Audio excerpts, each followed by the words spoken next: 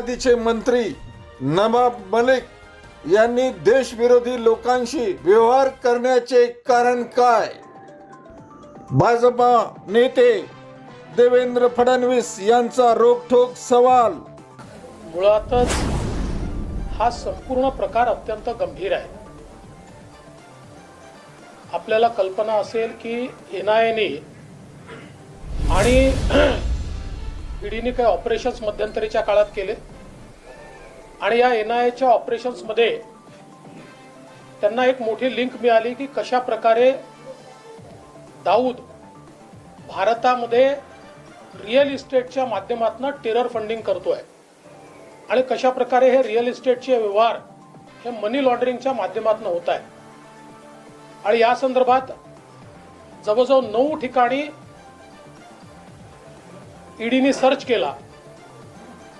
हे आज सगळं ईडीच्या वकिलांनी कोर्टात सांगितलेलं आहे की 9 ठिकाणी ईडीने सर्च केला आणि त्यातून अनेक लिंक्स या ठिकाणी बाहेर आलेले आहेत।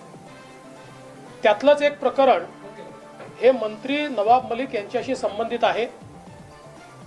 विशेषतः मंत्री नवाब मलिक यांनी जी काही जमीन घेतली आहे ती बॉम्बस्फोटातील आरोपी सरदार शाहवली खान आणि सरदार पटेल जो हसीना पारकरचा राईट हँड आहे, ड्रायव्हर आहे आणि जो दाऊदच्या या प्रॉपर्टी बिझनेसमध्ये हसीना पारकर फ्रंटमॅन म्हणून वापरत होती, त्यांच्याकडनं ही जमीन त्यांनी घेतली। मुळातच ईडीने जे सांगितलं त्यात आपल्यापैकी लक्षात आलं असेल की जमिनीचे जे मालक आहेत त्या मालकांनी हे सांगितलं की आम्हाला एकही पैसा मिळालेला नाही। आमच्यावर दबाव टाकण्यात आला, आम्हाला सांगण्यात आलं की या ठिकाणी केवळ अतिक्रमण काढण्याकरता तुम्ही पॉवर ऑफ अटर्नी द्या आणि म्हणून आम्ही एक पॉवर ऑफ अटर्नी त्या ठिकाणी दिली आणि ती संपूर्ण बदलवून हा सगळा व्यवहार करण्यात आला। याच्यामध्ये हे पण लक्षात आलेलं आहे की जे काही 25 लाख रुपये दिल्याचं दाखवलं जात आहे तेही त्यांना मिळालेले नाही, एकही पैसा त्यांना मिळाला नाही। आणि या व्यतिरिक्त ज्या ठिकाणी या संदर्भातले सौदे झाले आणि जिथे हसीना पारकर येत होती आणि हा सौदा करत होती तिथल्या लोकांनी त्या संदर्भातलं बयान दिलेलं आहे। हा जो व्यवहार झाला आणि 55 लाख रुपये हसीना पारकरला देण्यात आले त्याची देखील पुरावे हे ईडीला मिळालेत असं ईडीने सांगितलेलं आहे। आणि एकूण या सगळ्या व्यवहारामध्ये कशा प्रकारे ही सगळी जमीन अंडरवर्ल्डच्या मदतीनं नवाब मलिकांना मिळाली आणि त्याच वेळी हे सगळे पैसे अंडरवर्ल्डला कसे गेले यातला मनी लॉन्ड्रिंगचा अँगल जो आहे हा सगळा कॅशमध्ये व्यवहार करून ही हजारो कोटी रुपयाची जमीन ही त्या ठिकाणी घेण्यात आली आणि ते पैसे हसीना पारकरला म्हणजेच दाऊदला थेट त्या ठिकाणी मिळाले। आता यातनं प्रश्न एवढाच उपस्थित होतो की एखाद्या मंत्र्याने किंवा मंत्रिपदावर राहिलेल्या व्यक्तीने या ठिकाणी मुंबई बॉम्बस्फोटाच्या आरोपीकडनं जमीन विकत घेण्याचं कारण काय आहे? ती त्याची जमीन नसताना विकत घेण्याचं कारण काय आहे? त्याच्यामध्ये हसीना पारकरशी व्यवहार करण्याचं कारण काय आहे? एकीकडे या व्यवहारानंतर म्हणजे हा जो व्यवहार झालेला यानंतर मुंबईमध्ये 3 वेळा हल्ले झाले आहेत आणि बॉम्बस्फोट झाले आहेत। जे लोक मुंबईत बॉम्बस्फोट करतात अशा लोकांना आपल्या व्यवहारातनं जर आपण पैसे देणार असू तर मला असं वाटतं की हे अतिशय निंदनीय अशा प्रकारचं आहे आणि म्हणूनच ईडीने ही सगळी कारवाई केली आहे। आज ही सगळी सत्य ईडीने मांडली आहेत। ईडीने हे देखील सांगितलं की त्यांनी ते जे काही बॉम्बस्फोटाचे आरोपी जेलमध्ये आहेत त्यांचंही बयान घेतलेलं आहे, ज्यांच्या समोर व्यवहार झाला त्यांचंही बयान घेतलेलं आहे आणि जे मूळ मालक आहेत त्यांनी तर स्पष्टपणे सांगितलेलं आहे की आम्हाला एक पैसाही मिळाला नाही, उलट आमच्याकडनं ही कशी जमीन त्यांनी घेऊन टाकली. आणि म्हणून मला असं वाटतं की ही जी सगळी कारवाई ईडीने केली आहे ही नियमानुसार ईडीने केलेली कारवाई आहे. यातला टेरर फंडिंगचा अँगल अतिशय स्पष्ट दिसतो आहे. आणि अशा प्रकारे मुंबई बॉम्बस्फोटाच्या अपराध्यांशी आणि दाऊद जो या देशाचा सगळ्यात मोठा शत्रू आहे तो किंवा त्याच्या बहिणीशी व्यवहार करणं याचं समर्थन कसं केलं जाऊ शकतं हा माझा या ठिकाणी अतिशय स्पष्ट सवाल आहे. आणि ईडीने या संदर्भातले पुरावे हे कोर्टाला दिल्यामुळेच कोर्टाने या संदर्भातली जी काही त्यांची कस्टडी आहे ती ईडीला दिलेली आहे. मला असं वाटतं की या संपूर्ण प्रकरणामध्ये अतिशय ही गंभीर आहे. कुठल्याही राजकीय पक्षाने राजकारण न करता अशा प्रकारे जर टेरर फंडिंग होत असेल आणि मुंबई बॉम्बस्फोटाच्या आरोपींकडनं अशा प्रकारे त्यांच्याशी संगनमत करून जमिनी घेतल्या जात असतील आणि तो पैसा हसीना पारकर किंवा दाऊदला जात असेल तर याचा निषेधच केला पाहिजे. आणि म्हणून मला असं वाटतं की याच्यावर राजकारण न करता या देशाचा शत्रू असलेल्या दाऊदच्या विरोधात सगळ्यांनी एकत्रितपणे या ठिकाणी भूमिका मांडली पाहिजे असं माझं मत आहे.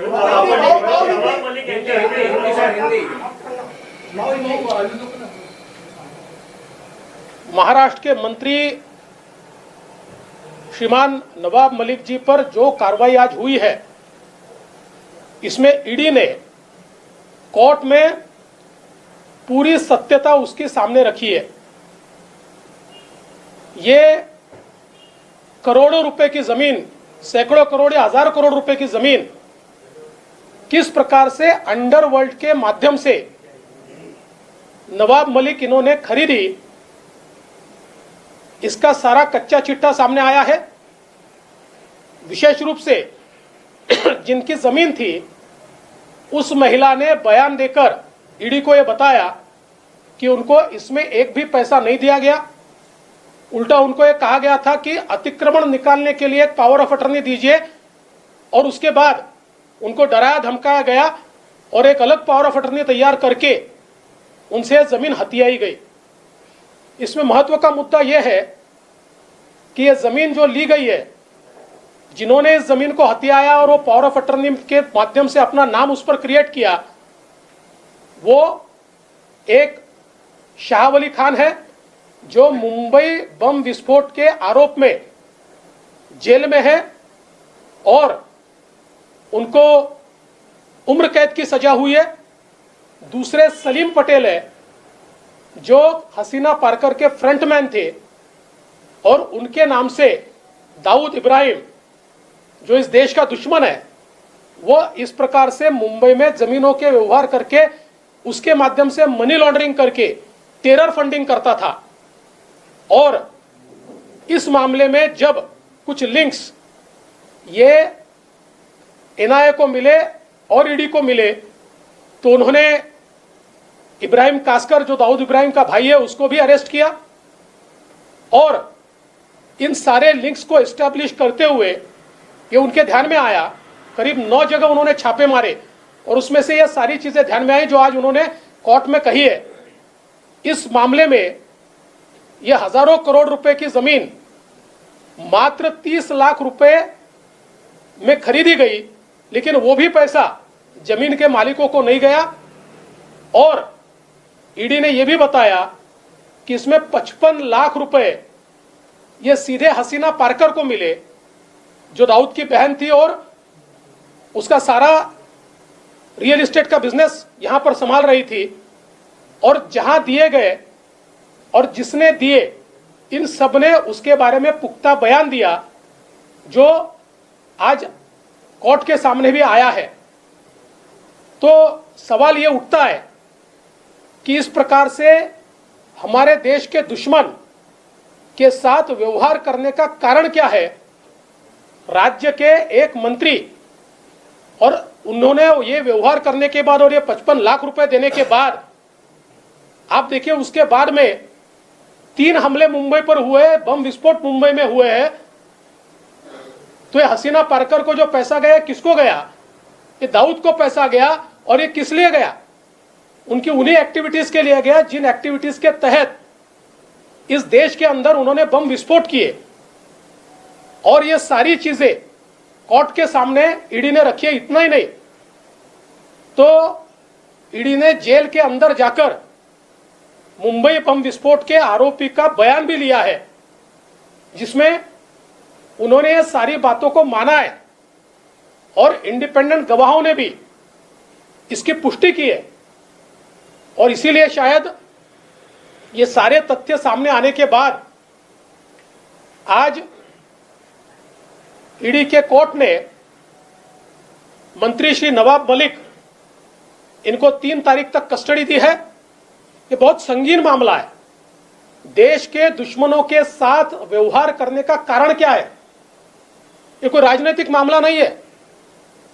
राजनीति में हम एक दूसरे के ऊपर छीछालेदार करते रहेंगे, लेकिन अगर कोई देश के दुश्मन के साथ सौदा करता है और सारा रिकॉर्ड पर है, और ऐसा रिकॉर्ड पर सौदा होता है और साथ में सीधे पैसे अगर हसीना पारकर को वहां मिलते हैं, दाऊद को मिलते हैं, तो मुझे ऐसा लगता है कि ईडी को यह कार्रवाई करनी पड़ेगी और सभी राजनीतिक दलों ने इस कार्रवाई का समर्थन करना चाहिए। क्योंकि इस प्रकार से अगर अंडरवर्ल्ड के साथ सीधे व्यवहार होते रहेंगे, और जो लगातार ये बात कही गई कि पिछले समय दाऊद ने देश के अंदर जितने बम विस्फोट किए, भले ही आईएसआई की मदद से किए होंगे, लेकिन उसका टेरर फंडिंग उसने इंडिया में ही जमा किया और इस प्रकार के डील से ही जमा किया।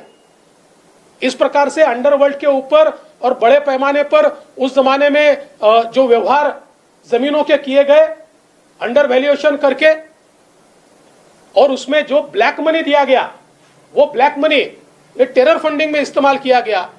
और इसलिए मुझे लगता है कि आज की जो कार्रवाई है उसको कोई तरीके से राजनीतिक कार्रवाई नहीं कहा जा सकता। देश के दुश्मनों को अगर कोई मदद करता है तो कार्रवाई करनी ही पड़ेगी, और वो कार्रवाई की गई है। तुम्ही आता खुलासा केला होता पत्रकार परिषद घेऊन, सगळ्यात आधी तुम्ही खुलासा केला होता, तुम्ही काही पुरावे ईडीकडे दिले होते का तेव्हा? माझ्याकडे जे कागदपत्र होते ते सगळे मी ईडीलाही पाठवले होते, एनआयला पाठवले होते, सीबीआयलाही पाठवले होते। मी त्यावेळेसच घोषित केलं होतं की याची कॉम्पिटंट अथॉरिटी कोण आहे मला माहिती नाही, आणि मी जे काही कॉम्पिटंट अथॉरिटीज आहेत त्यांच्याकडे जे माझ्याकडे होतं ते पाठवून दिलं होतं। त्यांच्या अटकेनंतर महाविकास आघाडी नेत्यांच्या ज्या प्रतिक्रिया आहेत, ज्या वक्तव्य आहेत, त्याचा सूर असा आहे की हे अटक म्हणजे एक षड्यंत्र आहे आणि याचा रोख जो आहे तो भाजपवर आहे। मला असं वाटतं आहे की अतिशय चुकीचा पायंडा या ठिकाणी पाडला जातो आहे, कारण कुठल्याही राजकीय गुन्ह्यामध्ये त्यांना अटक झालेली नाही। या ठिकाणी टेरर फंडिंगशी संबंधित असलेल्या गुन्ह्यामध्ये त्यांना अटक झालेली आहे। एनआयएने एफआयआर केलेला आहे, ईडीने मनी लॉन्ड्रिंगमध्ये अटक केलेली आहे। अशा परिस्थितीमध्ये एक मंत्री हे जर राजीनामा देणार नसतील आणि सरकार म्हणणार असेल की आमचे मंत्री राजीनामा देणार नाही, तर एक कॉन्स्टिट्यूशनल परिस्थिती या ठिकाणी संवैधानिक परिस्थिती तयार होते आहे। पण मी त्याच्यावर बोलणार नाही। मी एवढंच सांगेन की देशामध्ये याचा अतिशय चुकीचा संदेश जाईल की दाऊद सोबत व्यवहार करणाऱ्यांना वाचवण्याकरता अख्खं सरकार उभं राहिलं। आपने कहा ये क्या दस्तावेज आपने ईडी को प्रोवाइड किया था? कुछ समय पहले आपने एक प्रेस कॉन्फ्रेंस लेके कहा था कि बहुत बड़ा विस्फोट होने वाला है, क्या यही है? देखिए मैंने सर इसी से जुड़ा हुआ दूसरा सवाल है कि अभी सरकार के नुमाइंदे कह रहे हैं कि नवाब मलिक को इस्तीफे देने की जरूरत नहीं है। इन दोनों प्रश्नों को हिंदी में बताएं। देखिए मेरे पास जो कागजात थे वो कागजात ईडी, एनआईए, सीबीआई सारी कॉम्पिटेंट अथॉरिटी को भेजे थे। उसके बाद तफ्तीश उनकी हुई और जैसा कि आज ईडी के वकीलों ने कोर्ट में बताया कि दाऊद से संबंधित केस के मामले में 9 जगह पर उन्होंने छापे मारे और उसके बाद ये सारी कड़ियां ये जुड़ी है। तो मुझे लगता है कि ये कोई अचानक तैयार हुआ केस नहीं है। ये सारी कड़ियां जोड़ने के बाद जब ये ध्यान में आया कि इस प्रकार से टेरर फंडिंग हुआ है तो उसके ऊपर ये कार्रवाई की गई है। और जहां तक मंत्री इस्तीफा नहीं देंगे ये सरकार ने ली हुई भूमिका है, मुझे इस बात का बहुत दुख है। राजनीति का स्तर अगर इतना गिरेगा तो इससे बहुत एक बैड प्रेसिडेंट हम लोग क्रिएट करेंगे कि दाऊद जैसे देश के दुश्मन को मदद जिनके माध्यम से हुई, उनको बचाने के लिए और उनका मंत्रिपद बचाने के लिए पूरी सरकार उनके पीछे खड़ी है। मुझे लगता है कि इसका देश को जवाब इस सरकार को देना पड़ेगा। संजय राऊत म्हणाले की हे एका प्रकारे अफजल खानने पाठीवर वार करण्यासारखा आहे आणि खरा हिंदुत्व अशा गोष्टींसोबत लढण्यामध्ये आहे। असं आहे की संजय राऊत अलीकडच्या काळात जी भाषा वापरतात, ते जे काही बोलतात, त्यांना उत्तर देणं माझ्या स्तरात बसत नाही। ज्या स्तराचं त्यांचं बोलणं आहे ना, त्या स्तराचे लोक त्यांना उत्तर देतील। नवाब मलिक के बारे में यूपी तक बात पहुंच गई। अखिलेश यादव ने कहा कि भारतीय जनता पार्टी जब बौखलाती है तो झूठे गवाहों को खड़ा करके झूठे आरोपों को लेकर जांच एजेंसियों को सामने लाती है। और पवार जी ने भी ममता से बात की। पूरी चीजों को आप किस तरीके से देख रहे हैं? देखिए, पहली बात तो मैं आपको बता देना चाहता हूं कि ये बौखलाहट बोल रही है, क्योंकि ऐसे मामले में उनके लोग आज पकड़े गए हैं कि जिसमें देश के साथ धोखा हुआ है, और इसलिए उनकी बौखलाहट बोल रही है। और जहां तक झूठे गवाह वगैरह ये सारी चीजें जो कही जा रही है, कुछ दिनों में मैं खुलासा करने वाला हूं। अभी आपको बोल देता हूं कि किस प्रकार से महाराष्ट्र सरकार झूठे गवाह तैयार करने का षड्यंत्र रच रही है। इसका खुलासा कुछ दिनों में मैं ही कर दूंगा। अभी तो आप इस केस के ऊपर अपना लक्ष्य केंद्रित कीजिए। असं आहे की तुम्ही जे म्हणता आहे की खोटे साक्ष, खोटे गवाह वगैरे, या संदर्भात अतिशय स्पष्ट केस ही ईडीच्या वकिलांनी ठेवली, म्हणूनच 3 तारखेपर्यंतची कस्टडी मिळालेली आहे। आणि येत्या काळामध्ये लवकरच महाराष्ट्र सरकार कशा प्रकारे खोटे लोक तयार करतात, खोटे गवाह तयार करतात, आणि कशी सरकारची यंत्रणा ही खोटेपणा करून लोकांना फसवण्याचा प्रयत्न करतात, नेत्यांना फसवण्याचा प्रयत्न करतात, याचे काही खुलासे मी लवकरच करणार आहे। पण आज तो विषय नाही, म्हणून आज त्याच्यावर मी बोलणार नाही। आज मी हा विषय महत्त्वाचा आहे, देशाच्या सुरक्षेशी संबंधित विषय आहे, आणि अशा विषयामध्ये राजकारण होऊ नये असं माझं मत आहे। नवाब मलिकांच्या राजीनाम्यासाठी भाजप आंदोलन करणार आहे का?